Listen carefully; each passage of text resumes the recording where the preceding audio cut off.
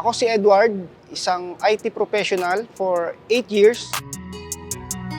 I'm Bianca Alcantara from National University. I've been playing for NU for 2 years already. Isa I'm a akong Hasselman.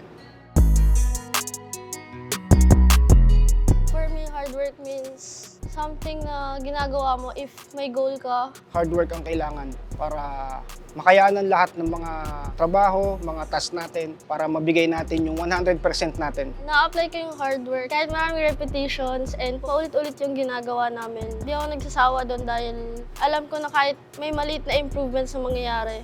Dapat 100% tayo, hindi pwede nagre-relax. Kahit simpleng tao, basta meron kang hard work sa katawan mo, sa buhay mo, magsasucceed tayo. Pagdating naman sa labas ng basketball, hard work sa akin is more on sa school.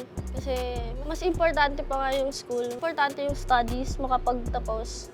Doon ko pinapakita yung hard work ko by attending class kahit na pagod sa trainings. So, inspired natin sila para ibigay din nila yung best nila. So, papakita ko rin sa kanila kahit may sakit tayo, masama pakiramdam, hanggat kaya, papasok tayo, magtatrabaho tayo, bibigay natin yung best natin. I'm a hustle man because I don't stop working hard to reach my goals. Hasselman ako kasi binibigay ko ang lahat para sa trabaho ko, sa pamilya ko, at para sa sarili ko. So, naniniwala ako na kahit sino, maging ordinaryong tao man, pwedeng maging Hasselman.